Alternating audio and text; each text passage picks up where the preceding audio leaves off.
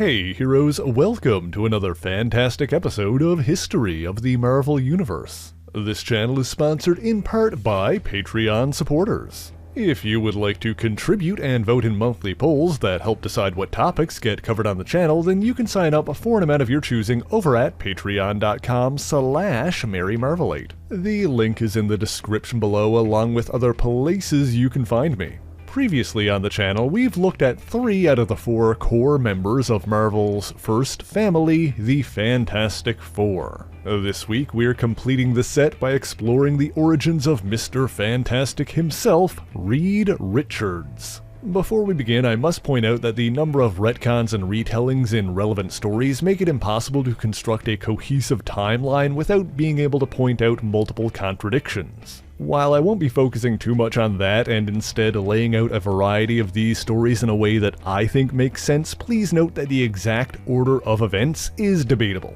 Born in Central City, California, Reed was the child of 2 scientists, Nathaniel and Evelyn Richards. While both were brilliant and encouraged their son's inquisitive nature, even they were surprised by Reed's ability to understand complex subjects at a very young age. The family lived comfortably together on their California estate thanks to Nathaniel's inventions and discoveries, making them incredibly wealthy. Evelyn sadly passed away when Reed was only 7 years old, but Nathaniel continued to nurture and encourage his son's intellectual curiosity. He also instilled a sense of bravery in Reed, teaching him that it was okay to be afraid and that it was even okay to fail as long as he was willing to try. By the time he was 14 years old, Reed began taking college-level courses, attending multiple universities throughout his adolescence including Caltech, Columbia, and Harvard. At some point during his studies, he stayed in a Manhattan boarding house belonging to a woman named Mary Jewel Dinkins, whose family will be important later. Meanwhile, Nathaniel began to grow increasingly eccentric and eventually told Reed that he would be leaving. But first, he gave his son one last piece of advice: to listen to his heart as well as his head. He told Reed that he had the potential to become not just a better scientist than him, but a better man.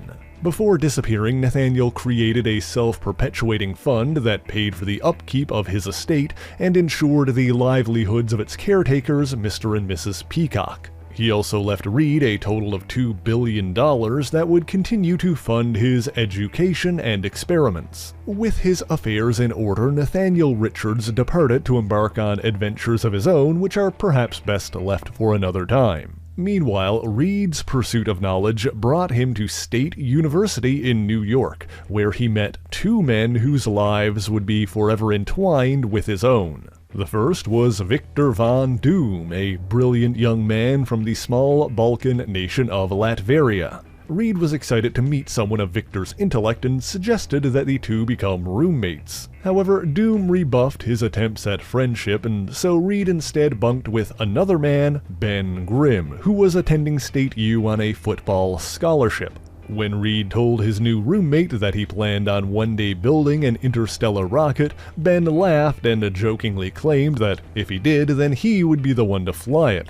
In many ways, the 2 men couldn't have been more different, but despite this, Reed and Ben ultimately forged an unbreakable friendship as they cheered on each other's accomplishments. But if Ben Grimm was Reed's best friend, then Victor Von Doom was his greatest rival, as the two had many intellectual debates. Then one day, Reed went to visit Victor's room and noticed a stack of notes that had been left on the table. Out of curiosity, Reed looked over the plans, and while he didn't fully understand what Victor was building, he thought he noticed an error in the calculations. However, when Doom emerged from his private lab, he refused to listen to what Reed had to say and kicked him out. He pressed on with his dangerous experiment, and sure enough, something went wrong, resulting in a fiery explosion that permanently scarred Victor's face. For his recklessness, Von Doom was expelled from State University, and soon he left the country to seek power elsewhere. Meanwhile, Reed continued rooming with Ben while he worked on earning his first doctorate. During this time, he had an encounter with the unusual when a man calling himself J. Stevenson came upon a crashed alien spacecraft. In the wreckage, Stevenson found a video log showing the Skrull Emperor Dorek sending his agent Zankor to Earth. Fearing that Zankor could be anywhere, Stevenson searched for help until he was overheard by Ben Grimm. Ben sent him to Reed, mostly as a joke, although when Reed listened to the alien log for himself, it didn't take him long to deduce what happened. In truth, J. Stevenson was Zankor, an alien shapeshifter who had been implanted with false memories. When he inadvertently crashed his ship, Zankor suffered a blow to the head that caused him to believe that his false memories were real. However, he never questioned the fact that he could understand the alien language recorded in the log. Interesting to note is that a fictionalized version of this alien encounter was published in the comic magazine Amazing Adult Fantasy, albeit with the names and details altered. After that incident, Reed continued his doctoral studies, and by the time he was 22, he'd earned PhDs in both physics and electrical engineering. At some point, he also studied abroad at the University of Vienna, alongside a woman whose genius rivaled his own, Alyssa Moy. The two had a flirtatious relationship and were considered by some to be college sweethearts. However, the ever-idealistic Reed was often skeptical of Alyssa's less rigid morals. Nonetheless, she eventually convinced him to join her on a number of globe-trotting adventures. As they grew closer, they had an on-again, off-again romance, and at one point Reed even suggested that they get married. Their differing ideologies ensured that this never actually came to pass, but the two remained friends, and Alyssa's adventurous spirit had a profound influence on Reed. Back in America, while pursuing his third doctorate, Reed Richards decided to rent a room away from campus so that he could focus more on his studies. He contacted his old landlord, Mary Dinkins, this time renting a room in her Long Island home. He initially questioned if the house was right for him, but then he saw Mary's niece, Susan Storm. Immediately smitten, Reed agreed to move in as soon as possible, with some help from Ben Grimm. According to some sources, Sue already had similar feelings for Reed, having developed a schoolgirl crush after briefly meeting him at her aunt's Manhattan boarding house years earlier. The two hadn't seen each other since then, but by this point Susan was a grown woman and a fellow student at Columbia University. In any event, it didn't take long for a romance to blossom as Reed, with Aunt Mary's blessing, took Sue out on their first date. It was presumably during this time that Reed first met Susan's rambunctious little brother, Johnny. Reed lived with the Storms over the summer, but eventually decided that he needed to move out. Sue was initially upset, thinking that he was going after some other co-ed, but Reed explained that she occupied his thoughts so often that he found it significantly more difficult to focus on his doctoral studies. When she was around, she was the only thing that he wanted to think about. This only made her fall even more in love with him, and the two continued their relationship. Reed successfully continued his education after that, eventually accumulating a total of 18 doctorates. At some point, he also worked with the United States government and served as a military consultant during the Sian Kong War in Southeast Asia. As a minor continuity note, due to the nature of Marvel's sliding timeline, older stories indicated that Reed fought in World War II as a member of the OSS. Naturally, that's no longer canon, but it is interesting to note that his work to save Allied prisoners from behind enemy lines has been cited as an explanation for the hair on his temples turning white prematurely. After serving in the armed forces for 6 years, he reunited with Alyssa Moy, who by this point had a reputation as a wealthy jet-setter. On a trip to the Himalayas, she talked Reed into helping her rescue the young prince Bayan from a corrupt general Lao Se. Reed was given a magical scepter from the prince, and while Alyssa initially wanted to sell it, Reed insisted that doing so would be disrespectful. Later consulting with an Egyptologist named Francesca Fisher, Reed learned that the scepter was merely one piece of an artifact called the Claw of Bast. Francesca insisted on joining him in a search for the other pieces, but the journey would not be without peril. Victor Von Doom also learned of the Claw and believed that he could use it to both heal his scarred face and attain immortality. A clash with one of Doom's agents led to a plane crash that in turn resulted in Reed and Fisher being arrested. Fortunately, they were bailed out by Alyssa Moy, who then joined them on their quest. She naturally brought her own loose morality to the equation, taking another piece of the artifact from a museum by swapping it with a glass replica. However, things hit another snag when Francesca was captured by Doom's agents and held captive in Romania. When Reed and Alyssa tried to save her, Doom captured Alyssa as well, and intended on using both women to test a rebuilt version of the machine that he designed at State University. Fortunately, Reed was able to reverse the neutron flow of the machine and free the two women before it exploded. With both the scepter and the eye of Bast in hand, the trio then made their way to Egypt for the last leg of their journey. They found the final piece of the claw deep within the Sphinx, but were pursued there by Doom himself. Victor assembled the completed Claw of Bast, but this inadvertently released the spirit of a long-dead pharaoh, Khafre, which inhabited and animated the Sphinx. Fortunately, by freezing Doom with a cryogenic gas, Reed was able to take the artifact back. Furthermore, Francesca Fisher uncovered an incantation left behind to counter the Claw's magic, allowing them to send Khafre back to the afterlife and render the Sphinx immobile once again. As an added bonus, because the spell Fisher recited was one of energy transference, Reed was able to use the Claw's power to cure one of his own professors of a debilitating disease. Although it should be noted that the primary source for this adventure is when Reed relayed the story to his own son, and so some of the finer details could be called into question. In any event, after his alleged exploits across the globe, he inevitably returned to the United States and reunited with Susan Storm. She ultimately became his fiancée and accompanied him back to Central City in California. Using his inheritance, Reed founded his own rocket group and secured federal funding to begin building his proposed starship. By this point, his old friend Ben Grimm had become a successful Air Force test pilot and had even undergone astronaut training. And so Reed decided to ask Ben to make good on the promise that he'd jokingly made years earlier and fly his interstellar craft. Ben agreed, and before long he was working on the project alongside Sue and Reed. During this time, Reed had another extraterrestrial encounter one night while he and Sue were driving home.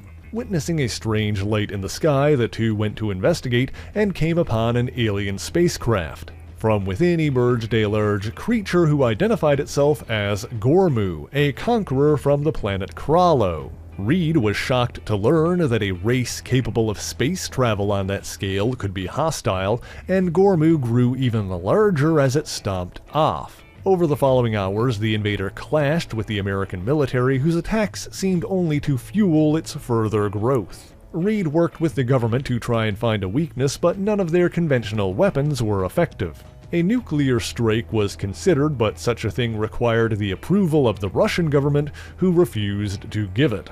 But then, after investigating the monster's ship and surrounding area, Reed began to put together a plan. He realized that although Gormuu was getting larger, its footprints remained the same depth, meaning that it wasn't gaining mass when it grew. Much to the shock of Sue and Ben, he began building a machine to feed Gormuu even more power. Not understanding the plan, they assumed that he'd gone mad and tried to stop him. However, Reed succeeded in activating his device and blasting Gormuu with a massive power beam. This caused the monster to continue inflating until his density became so low that his molecules dissipated across space. While victorious, this experience taught Reed of the dangers that lurked beyond the stars, and he grew more eager to complete his own star drive as quickly as possible. He made his target a binary star system 44 light-years away and began constructing a ship capable of making the journey, the Marvel 1. Meanwhile, Susan's teenage brother insisted on going with Reed, Ben, and their associates, Duke and Sandy. While not intending on bringing him, Ben decided to humor Johnny by putting him through astronaut training and was impressed when the teenager passed with flying colors. This ended up working out when Duke and Sandy left the project, citing insufficient radiation shielding in Reed's design. The Marvel 1 starship was eventually completed, although Reed had to spend most of his inheritance to make it happen. He relied on government backing to get the job done, but then learned that his funding was in danger of being cut. Unwilling to give up, Reed decided to launch a week ahead of schedule before the project could be shut down. Ben was concerned about the possible effects of cosmic rays, but he ultimately agreed to fly the ship when Sue questioned his bravery. That night, while the conditions were right, Reed, Sue, and Johnny snuck onto the rocket base without waiting for approval or official clearance. The ship took off, and the four embarked on what they thought would be a historic journey to a far-off star system. However, as the adventurous foursome left the atmosphere, they indeed flew into a storm of cosmic rays. Furthermore, unbeknownst to Reed and the others, the star system they targeted was home to a humanoid race with advanced technology. Taking notice of the Marvel 1 as it departed Earth, the overseer of planet Spire feared the introduction of random elements into their supposedly perfect society. Hoping to scuttle their ship, he increased the severity of the cosmic storm just as the four passed through it. If this made a difference, we may never know, but the fact remains that whether it was due to sabotage, poor planning, or simply unforeseeable happenstance, the cosmic rays did penetrate Reed's shielding as Ben feared. The Marvel 1 was forced to crash land, and its four occupants were changed forever in some most fantastic ways. Susan gained the ability to turn completely invisible, Ben was permanently transformed into a monstrous thing, Johnny found that he could burst into flame and fly as a human torch, and of course Reed's body became so elastic that he could stretch and contract his physical form into various lengths and shapes. He quickly realized that he had forever altered the lives of the people closest to him, and quietly accepted the blame. However, he also knew that the power they now held could be used for the benefit of mankind, and that they had an obligation to do so. The others agreed, and Dr. Reed Richards dubbed himself Mr. Fantastic. Shortly after the accident, the Fantastic Foursome were picked up by the military and quarantined in a government facility. The authorities were wary of Reed and the others, but the foursome then helped subdue another cosmic ray mutate that had escaped from captivity. After that, Reed convinced General Walter Montgomery to help get his team's future activities sanctioned by the US government.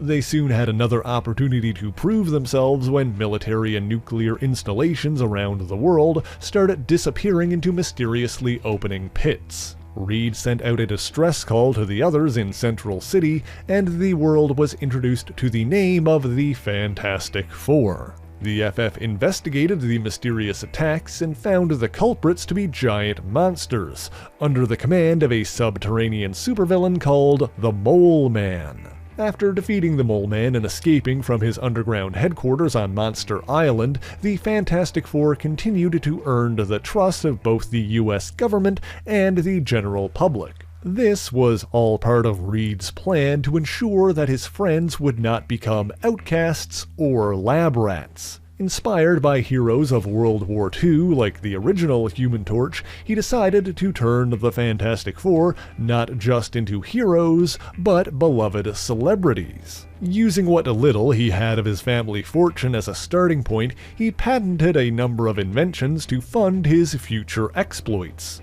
They moved into a high-tech headquarters that took up several floors at the top of the Baxter Building in Manhattan. Reed also invented unstable molecules, a material that adapted to the form of the wearer. Clothes made of unstable molecules also worked similarly with Sue's invisibility and Johnny's flame. Susan subsequently used this material to design the Fantastic Four's iconic costumes. Reed, meanwhile, designed and built a variety of vehicles, most notably of which were the Pogo Plane and the Flying Fantasticar. Sure enough, the whole endeavor paid off as soon the Fantastic Four became world-famous celebrities. They faced a variety of various villains, including Reed's old rival, Victor, who had since donned a high-tech armored suit and dubbed himself Dr. Doom. The Fantastic Four also thwarted a Skrull invasion, repelled the World Eater Galactus, and battled the Negative Zone warlord Annihilus. They also encountered Namor, the Submariner, an anti-hero from decades past who returned and competed with Reed for Sue's affection. Although in the end it was Reed that she chose, and the two were wed in a public ceremony attended by a number of their superhero allies. The two eventually had 2 children, Franklin and Valeria, but perhaps their stories are best left for another day. In the meantime, that's all I've got for you this week, and thank you so much for watching this video. If you enjoyed it, be sure to leave a like, subscribe to the channel, and share it on your favorite social media. As always, the issues referenced in this video are listed in the description below if you would like to read them for yourself, as well as links to other places you can find me. As always, let me give a special shout out to all of my Patreon and Ko-fi supporters, Twitch subscribers, and YouTube members who help make the channel possible. By signing up for an ongoing amount on any of these platforms, you'll get your name on these special thanks here, but Patreon is the one that helps determine what topics get covered on the channel via monthly polls. And of course, if there is anything in particular that you want me to talk about, then be sure to let me know in the comments. But that is indeed all I have for you this week, and so until next time, true believers, Excelsior!